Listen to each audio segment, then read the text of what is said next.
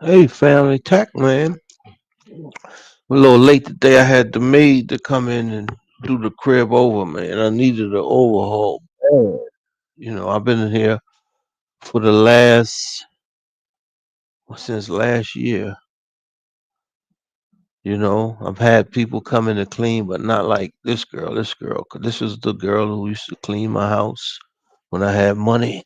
And man, she does a fantastic job.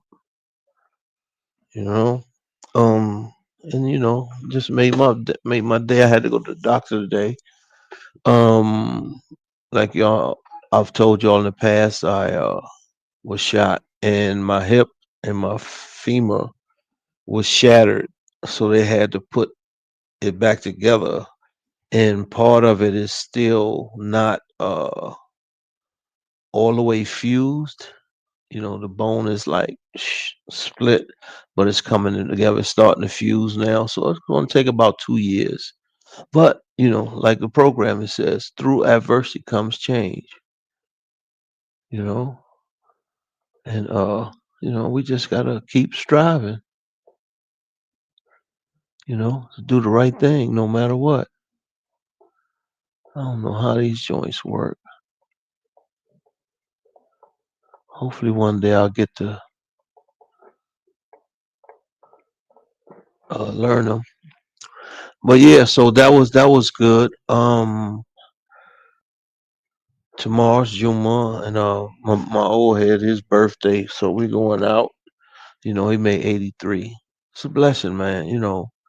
To have real friends in your life, and it's not many. And like an old guy was telling me when I was younger, much younger, when I did my first federal bid, and it was an old mafia guy. He's probably worth about 100 million back then. And one of the things he told me, he was like, if I could give all of this away, just to be there with my family, I'll be a plumber or whatever, and that's big, for a person in retrospect. But a lot of times it's too late, but that's how life is. You live and you learn.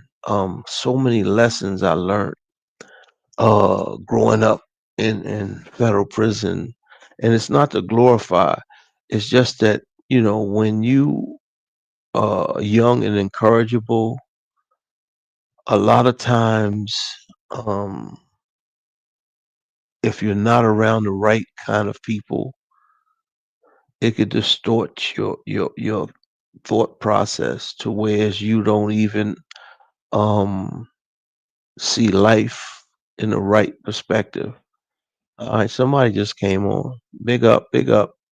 As you know, this program is called Tacc, Through Adversity Come Change. This is a book that I wrote after getting shot.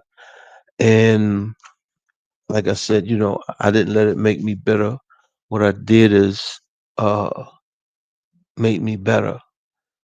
Everything in life is an adversity.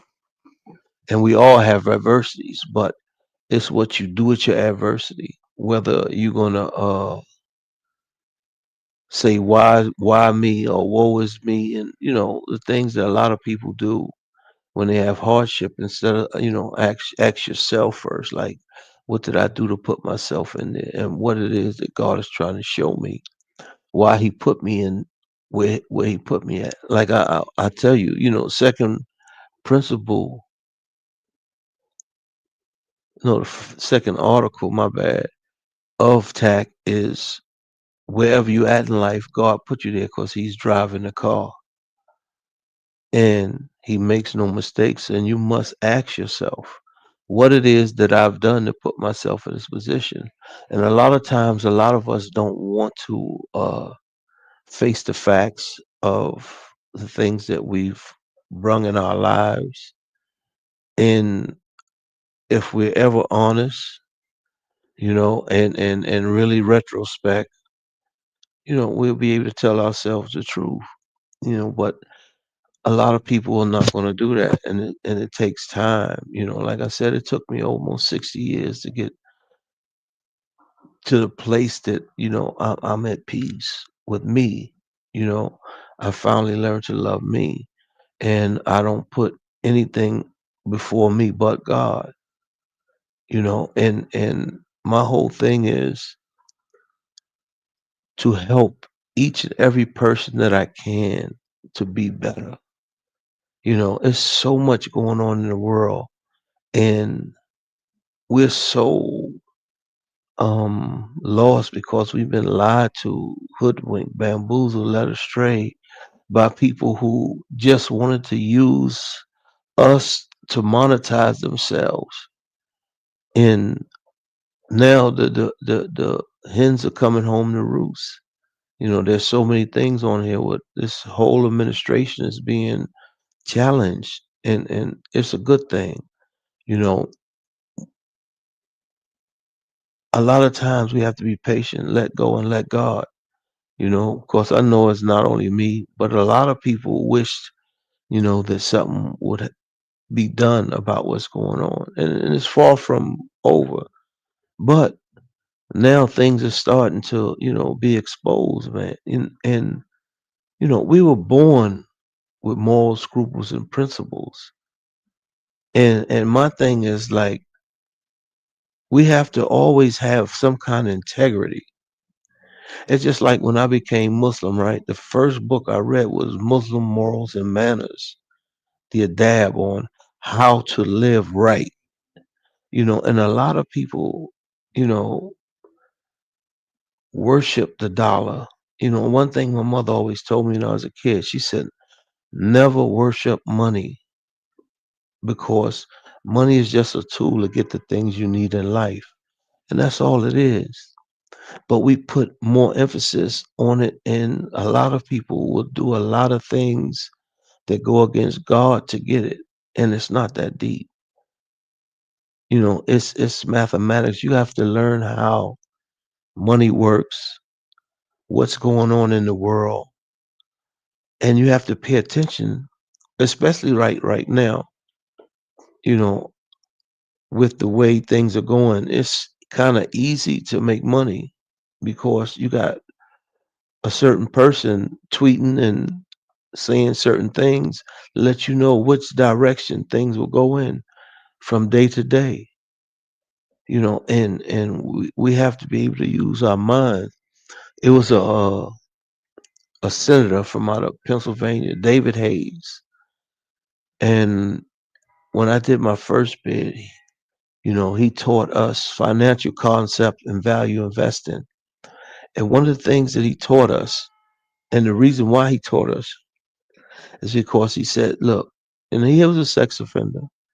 He said that he got 25 years. He said, the reason why I'm teaching you guys this because I feel I've got railroaded, you know. And so many words, it's like, we all do this, but they singled me out. And he taught us, like I said, financial concept, value investing, taught us how to read the markets. He taught us about different aspects of business, how you have to always look at what's going on around the world, and it tells you the direction of the where things are going. Like in the stock market, he said when you get a position, and this all depends on how you are betting on the market. But like if you're getting stopped, you always find out who's the head, their track record, and all the way down to know what direction the company is going in and see what's going on around the world. So if this coincides with what's going on around the world, it's a good investment. A lot of little different things that he told us. And even if it go down, stay in your position, meaning stay in your, don't sell, because everything goes ups and down. But if they have the right financial people in place, the company's going to grow, especially if they're moving along with what going on in the world. He also said, um, like in buying real estate, like if you in like towns that are developing, always buy property and businesses coming from off the airport. The airport, you start from there, like, towns, big towns, little towns, don't matter, but towns where, you make businesses and find out what is needed in those communities, and what you can give and what you can bring, and then be a part of the communities. You know, it was so many little things that he taught us, and the only reason why he taught us because he was angry at the government. And that's what's going on now. People are angry because of the things that they're doing is just crazy. They're stealing hundreds of billions of dollars. If you look at from Bondi to Headset to Patel to Stephen Miller and Elon Musk and so forth and so on, the other one that got fired already. I mean, it's just like crazy. And then we're in a war because of another country. And then now that country is being decimated to where it might not even be a country. It might look like Gaza when they finish with it, you know? So we have to come together as a people. But like I said, through adversity comes change. This is adversity. So now we must make changes. But the only way we can do that is we must heal first. And why I keep emphasizing about heal, it's not until we heal that we're going to be able to grow, be able to work with it. And then after the healing comes, we have to learn the truth from the lies. Like I said, we've been hoodwinked, bamboozled, led astray for so many years. And a lot of people say, get over it. But these things are systematic. There's so many layers to this thing that, in everyday life, from when they started uh, making radio stations, then to telephones, then to TVs, then to computers, then to cell phones, now to smartphones, smart TVs, AI, synthetic intelligence. All these things are evolving. And if you pay attention, you'll be able to ride the wave. Like AI is something that's prominent. Synthetic intelligence is going to be the next thing. So you have to stay abreast. It's like when the computers first started, the computer boom. Things kept ching ching ching ching ching. Facebook. I mean, PlayStation 1, 2, 3, 4. Everything evolved. So you have to pay attention. But it's only through adversity change takes place. Only way we're going to get justice or anything is through adversity. We have to go through it. We may want things to happen quick, but that's not how God works. God has plans. And like the Prophet Muhammad sallallahu alaihi wasallam said, when man plans, God laughs because he's the best of planners. And the biggest thing that we must do in this day and time is come together. You see over almost 9 million people march. That's letting people are frustrated, and it's not us, you know, it's them. All regimes crumble from within. It's very rare that it crumble from the outside because when you have these regimes, they're tight knit. So it has to be from within. But my thing is, like I said, I talk about these things because I just like justice. Like I tell you, I was bullied as a kid, and when I see injustice, it's like a fire inside of me that won't go out. It's like, and it's not a bad thing. It's just paying attention and understanding where we at and letting you know that, man, it's very important that we heal. And you might say, well, what do you mean heal? He'll change your mindset. Let go of that past stuff that holds you down. The things that only you and God know, and then when they pop up in your head, your whole day or week is destroyed. This is where we have a lot of mental um, conditions in America now. It's a lot of people suffering from mental stress, mental anguish, all kinds of mental um, things are going on, and the only way to stop it is we have to come together and we have to help each other to heal. And this is what this book is all about. Tact, through adversity come change. This is what it's all about. Healing, helping us to heal. Like I always like to read this first uh dedication to those who've been broken and rebuilt, to every soul that learns faith in the dark. This book is for the ones who kept walking when it would have been easier to stop. May your scars remind you that survival was never the goal, becoming was. And it's about doing the right thing for yourself and the people around you. And when you can do the right thing and people uh gravitate to you instead of run away from you, man, it's the greatest feeling in the world. And my thing is, like I say, I I want each and every one of us to start to learn different things so that we can understand life a little better. One of the great things that I love about my mother, she used to take us to different countries in the world to teach us, how other people live, how they eat, cultures. It's funny because we've been in other countries and we going out to the pool or something and or the beach and a person calls my mother from the balcony. My mother know people all over the world, and she had a ninth grade education, but her hustle was mean. She owned three bars, a candy store, and taxi cab. I think about five or six taxi cab, and this was in the 70s. From 1969 to 2002. And this is where I get my hustle from. I owned a restaurant. I owned three properties in Newark, one in Atlanta. You know, um, One in Atlanta. My brother quit claimed it on me and robbed me.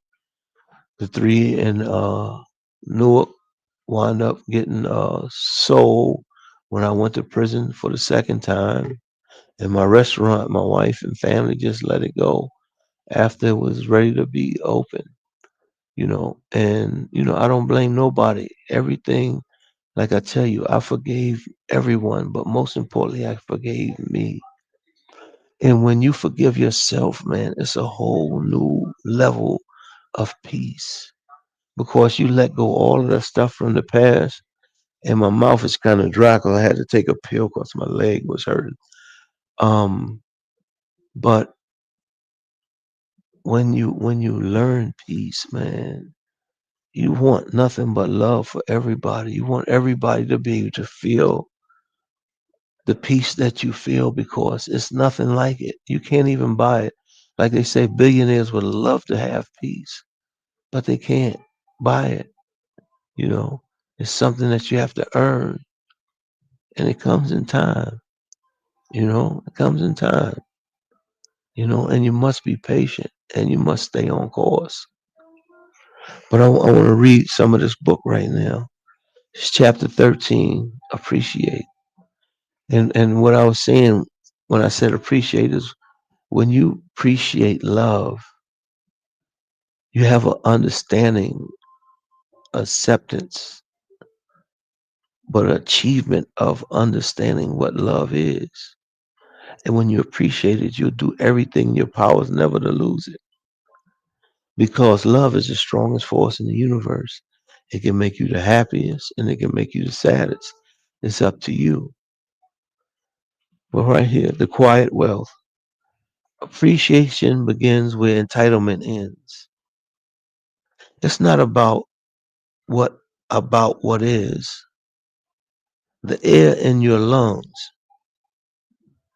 the meat you didn't have to fight for, the person who checked on you without wanting anything back. If you are grateful, I will surely increase you in favor. Quran 14:7. Gratitude isn't weakness, it's wisdom. It doesn't ignore pain, it refuses to let pain own the narrative. When you can change God, when you can thank God while things still hurt, you've already started to heal. And why I hop on this is because I've had a hell of a life, man. You know, from going from the youngest of three, being a little fat kid, getting bullied, you know, being hated on because my mother had money and can fight, but I never really wanted to. And it wasn't until I got older and got in the streets then, things changed. And then like on this last bit, I studied martial arts and box for 7 years while I was in federal prison, just to, build my esteem so I could start loving me because now I know I can protect myself and others. And this is what helped me when I had the shooting. If I didn't have those skills, I would have probably been dead and wouldn't been here right now to give you this wisdom, So, like I said, being bullied, growing up, having low self esteem, wanting to be wanted by people, didn't care about me, only the money I had, or being friends with me to, be a part of my mother's or brother's circle. And funny thing is, right, when you learn that love don't love no one like the song goes, it takes a fool to learn that love don't love no one. You understand that, you know, when you let go of those people who you felt deserves a place in your life, and you finally wind up seeing people for who they are, and you have awakening like, man, I was a fool. This is why I tell you, when you're able to forgive yourself, you have to forgive all the people who've ever did anything wrong to you, because if you didn't let them do it or put yourself in position to have these things done to you, because like I said, low self-esteem, want to be wanted by people who didn't care about me, and be around situations that I know I didn't belong in, just to feel a part of, to be a part of. Once you do that, right, you forgive others and then forgive yourself. And as time goes on and you see life for what it is and you see people for who they are, because it's going to show, you finally realize that, man, the best thing that I can have is my connection with God, because people will change on you and life will change in a drop of a dime. And it's just what life is. It's not like uh it's something special. Life is just life. Life just be life, and that's just how it goes. But when you realize that, man, all you need is the most high and confidence in yourself. And anything you want to do, you go after it. And that's how I've been all my life. You know, when I came home, in 2000. When I left in the 80s, it took me less than a year to get on my feet. And then 4 years after that, I got rich, and not to brag, but when you put your mind to something, you can do anything. But the crazy part is, I got rich being an addict. I was my own best customer, and if I wasn't, man, I probably would have never went back to jail because I'd have had enough money to retire. But until you learn your lessons, God is going to keep putting you in situations until you learn when He loves you. When God loves the people who God loves, He put through the most because He know what they can endure. And once you get past those thresholds, man, life is good. But like I said, I was my own worst enemy. And on top of that, I was sleeping with the enemy, so there was no growth for me. I couldn't grow. I had too many things against me, you know. And then I wind up going back to prison where everything was decimated, you know. And I it's not to brag, but I'm not one of those guys that when I go to prison, I leave my family messed up. I always left my family straight, and to the detriment, it always backfired on me. But I'm not mad about it.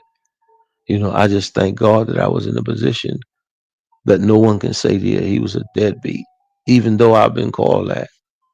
But that's part of life. Then when I came home again from 2005 to 2009, I got rich again within a 6 month period. Got the restaurant, got locked back up again from 2012 to 2020, locked back up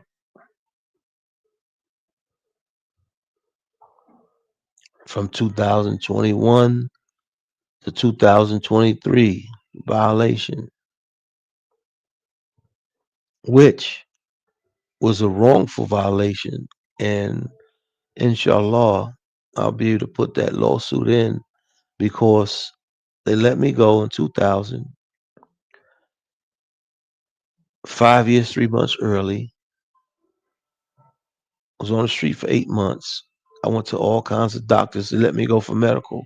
I had all kinds of things, man. I couldn't hardly walk. Nothing. I was twisted.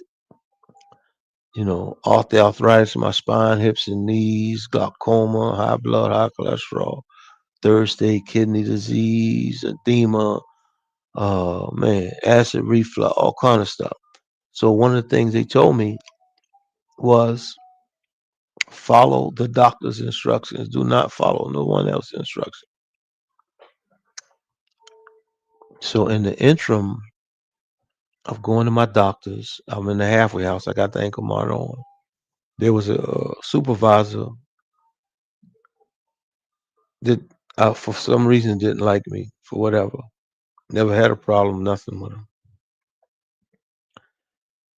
He wanted me to take Oxycontin Percocet. I told him I can't take that because I had third stage kidney disease. That's medicine that messed me up, and I was ex-addict, and I'm not trying to get high. So then we called PO. PO said, "Look, if the doctor's saying he needs to take the medical marijuana, that's what he has to take." They send me to the doctor. I get the card, get the prescription. Then when I come back, he tells me, you can't use that. You got to take the Oxycontin. So I go back and forth to the doctor. So after 8 months, my doctor was like, "Look, man, you in too much pain, man. Take your medicine." So I take the medicine, pop 30. Dude send me back to prison, no uh hearings, no nothing. So now I got 4 years and what 4 years and change left on my sentence. I fight it. I sit up for 18 months. The judge gives me compassionate release because I won. I beat them. I took the medicine I was supposed to take, and they never gave me a fair hearing. So the judge almost took off 3 years and change, almost 4 years, and sent me home. In the interim of that, they sent me to a halfway house because my mother died, and my wife told me she didn't have nowhere for me to live. My brother said he didn't have nowhere to live for me to live, and so I had to go to a halfway house. Go to the halfway house. 11 months. The halfway house was the worst. Abuse on top of abuse. I went from 340 something down to 277 pounds in a matter of 11 months. And the food's atrocious, living conditions atrocious. I mean, you just name it. The staff, they're very disrespectful. Their whole mission was to try to get you locked back up. So, they didn't want to have responsibility for you. They do stuff to try to get you locked back up. They send you out to appointment knowing that the bus takes maybe an hour, so they don't give you enough time so they can get you locked up. So it came to a head where they kicked me out. Because I told them, look, I said, look, I've been a criminal for 50 years, right? I said, if a judge been a judge for 30 years, he know law, yeah. I said, if a doctor been a doctor for 40 years, he knows medicine. He said, yeah. I said, I've been a criminal for 50 years. You think I don't see the things going on around here? I'm going to the judge and let him know. The next morning, they woke me up and said, look, you being kicked out because they didn't want to be exposed of treating people bad and stealing, So they thought I was gonna cry. No, no. So I had my stepson's brother come get me, brought me to the city. I stayed in a friend's house overnight in my mother's block. Kid that died. I went to the shelter the next day, and I did uh like 4 months before I got a place in Yonkers, the Avalon Brad mean place. Doorman, swimming pools, gyms, everything. But City Phelps didn't cover it, so I wound up getting another spot after 13 months. The place where I got shot at, and brand new, beautiful place. And, and here we are today. Like I said, after going through that, 28 years in federal prison, coming home, going through the halfway house shelter, getting shot, and then making a book, this book right here, Through Adversity Comes Change. Also created a smart thermos. But I forgot to tell you, the last time I was in prison, I got a master's degree in business from Baylor University through Divide Venture. I created 30 apps, devices, business concept. So uh, I was planning my future when I was coming out. So this book is part of one of the things of the 30 things that I created. Because when I was in the halfway house in Newark, I used to go out because the federal judge gave me permission after they let me back out to smoke marijuana. So they used to have to let me out every day for an hour. So I should go out and do Tacc live at the gas station up the block, while I smoke. And then when I went to the shelter, I started doing my lives around the whole New York City. And I thank God that, for my first cousin's last 3 months of his life before he died, I was able to go and hang out with him. I was selling weed, so he's buying weed. But I got to hang out with him. He retired after 50 something years, three pensions. Plus, he had just got quite a few million from his son's death, medical malpractice. He lived not even 1 month and died. He didn't even get his first check of the three. But I thank God that I got to spend like the last 3 months with him. I go see him like twice a week, you know, and we sit there because he worked right across the street from the World Trade Center, and his videos on my Facebook page, you know. But yeah, and never thinking that I would wind up writing a book about Tacc. It's more than a book. It's a movement. It's a platform. It's a study guide to help yourself to heal. This is what it's about. It's about healing. And it's about helping everyone. Like the last thing is heal with three A's, helping everyone accept, achieve, and appreciate love. Five principles, three articles, one healer, helping everyone accept, achieve, and appreciate love. And this is what it's about. You know, my whole thing is for us to come together. You know, we've lived with enough hate. It's time for us to live with love. And the only way we're gonna do that is we gotta heal and we have to learn the truth from the lies. You know, and it's not gonna change until we get together and do the right thing. I want to read this chapter here. The first language, love. Before words, there was love. Before breath, there was intention. God spoke existence into being with affection disguised as command.